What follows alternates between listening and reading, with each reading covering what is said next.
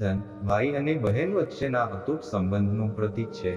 રક્ષાબંધન દર વર્ષે શ્રાવણ પૂર્ણિમાના દિવસે ઉજવવામાં આવે છે. વર્ષ 2024માં ક્યારે ઉજવાશે રક્ષાબંધનનો તહેવાર? તારીખ, સમય અને શુભ મુહૂર્ત આજે આપણે આ વિડીયોમાં જોવાના છે. મિત્રો, રક્ષાબંધનના તહેવારે બહેન ભાઈની કલાઈએ રક્ષા સૂત્ર બાંધે છે, તો ભાઈ પણ બહેનને રક્ષા કરવાનું વચન આપી ભેટ આપે છે. રક્ષાબંધનને હિન્દુ ધર્મનો મુખ્ય તહેવાર માનવામાં આવે છે. રક્ષાબંધન ભાઈ બહેનના પ્રેમનું પ્રતીક અને આત્મીયતા અને સ્નેહના બંધન દ્વારા સંબંધોને મજબૂત કરવાનું પર્વ છે. દર વર્ષે ભાઈઓ અને બહેનો આ પર્વની આતુરતાથી રાહ જુએ છે. આ વર્ષે રક્ષાબંધનના પાવન દિવસ સર્વાર્થ સિદ્ધિ યોગ, રવિ યોગ અને ધનિષ્ઠા નક્ષત્રના વિશેષ અને ખૂબ જ શુભ સંયોગમાં ઉજવવામાં આવશે. આ શુભ સંયોગોને કારણે આ વર્ષે રક્ષાબંધન વિશેષ ફળદાયી બની ગઈ છે. એક પૌરાણિક માન્યતા છે કે જે બહેન આ દિવસે શુભ મુહૂર્તમાં પોતાના ભાઈને રક્ષા સૂત્ર બાંધે છે, તેને ક્યારેય તેના ભાઈ પર કોઈ મુશ્કેલીનો સામનો કરવો પડતો નથી અને જીવનમાં ઘણી પ્રગતિ થાય છે. તો ચાલો જાણીએ આ વર્ષ 2024માં રક્ષાબંધનની તારીખ, રાખડી બાંધવાનો શુભ સમય, તેનું મહત્વ અને આ તહેવાર સાથે જોડાયેલી મહત્વપૂર્ણ માહિતી વિશે. તો મિત્રો, તમે લોકોએ આ વિડીયો શરૂઆતથી લઈને અંત સુધી અવશ્ય સાંભળજો, કારણ કે જો તમે પણ તમારા ભાઈ બહેનને પ્રેમ કરતા હોય તો આ વિડીયો તમારા માટે ખૂબ જ ખાસ બનવાનો છે, કારણ કે બધા ભાઈ બહેનનું જીવન સદાય સુખી અને ખુશખુશાલ રહે.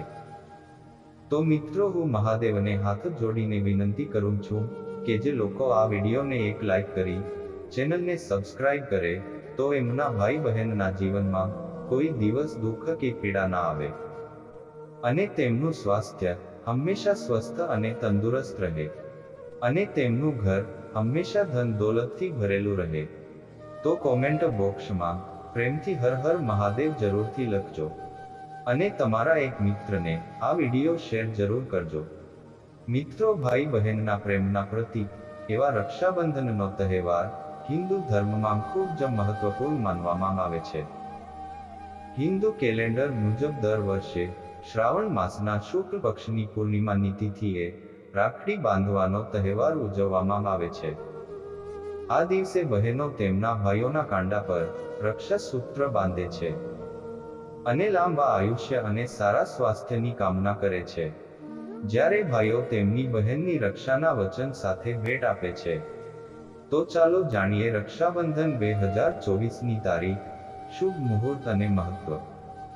મિત્રો, સૌથી પહેલા તમને એ પણ જણાવી દઈએ કે જ્યોતિષ શાસ્ત્ર અનુસાર ભદ્રા એક ગ્રહણ જેવી સ્થિતિ છે જે તમામ શુભ કાર્યોમાં અવરોધ ઊભા કરે છે. તેનું કારણ એ છે કે ભદ્રાકાળમાં ગ્રહોની સ્થિતિ એવી હોય છે કે જે શુભ કાર્યો માટે અનુકૂળ નથી. આ વર્ષે રક્ષાબંધનના દિવસે ભદ્રાનો સાયો રહેશે. રક્ષાબંધનના દિવસે ભદ્રાનો પ્રારંભ સવારે 5:53 થશે, જે બપોરે 1:32 સુધી રહેશે.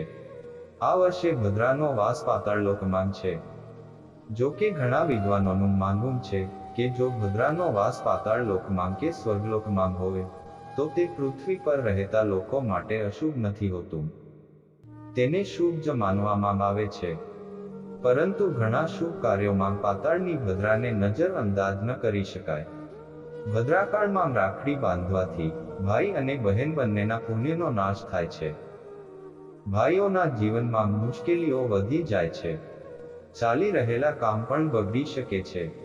ભાઈઓના ધંધા, નોકરી અને પૈસાની આવક પર નકારાત્મક અસર પડે છે. પૈસાની ખોટ અને વ્યર્થ ખર્ચ વધે છે. સારા કામને બદલે સ્વાસ્થ્ય સમસ્યાઓ પર ખર્ચ વધવા લાગે છે.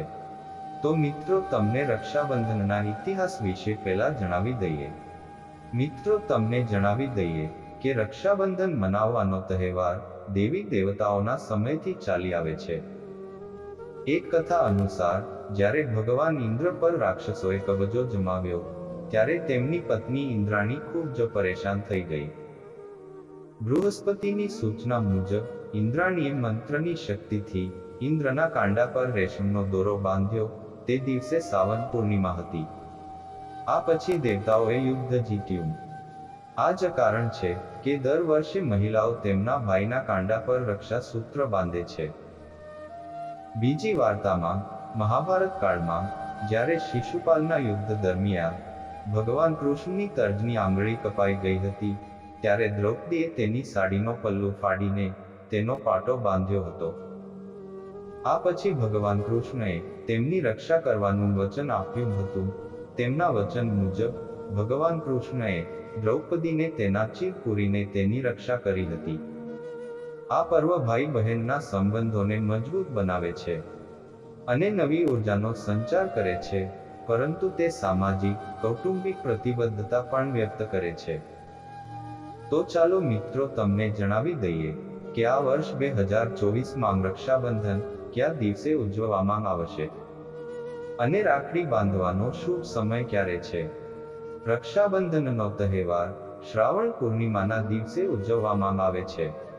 આ વર્ષ 2024માં રક્ષાબંધન સોમવારના દિવસે 19 ઓગસ્ટ 2024ના રોજ છે.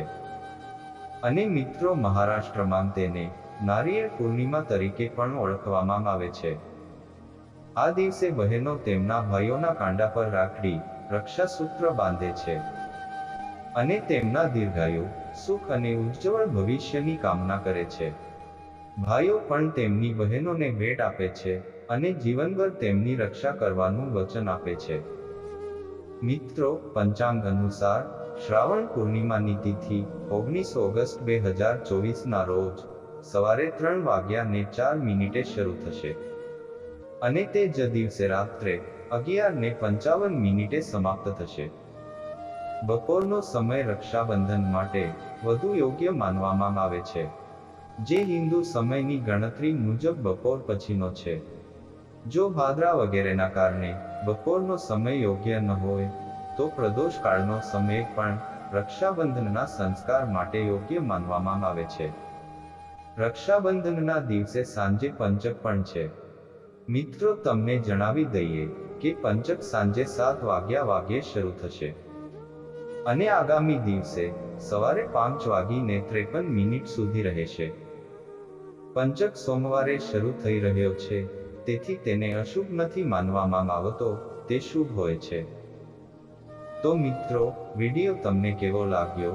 જો તમને વિડીયો પસંદ આવ્યો હોય તો કોમેન્ટ કરીને જણાવો અને ચેનલને સબસ્ક્રાઇબ કરો. મહાદેવના સાચા ભક્તોએ કોમેન્ટ બોક્સમાં હર હર મહાદેવ અવશ્ય લખો, જેથી મહાદેવની કૃપા હંમેશા તમારા પર બની રહે અને તમામ મુશ્કેલીઓ દૂર રહે. તમારા જીવનમાં આવનારા દુઃખ અને દુઃખો મહાદેવ દૂર કરે છે અને ભગવાનની કૃપાથી તેનો અંત આવી શકે છે. વિડીયોને છેલ્લે સુધી જોવા બદલ આભાર.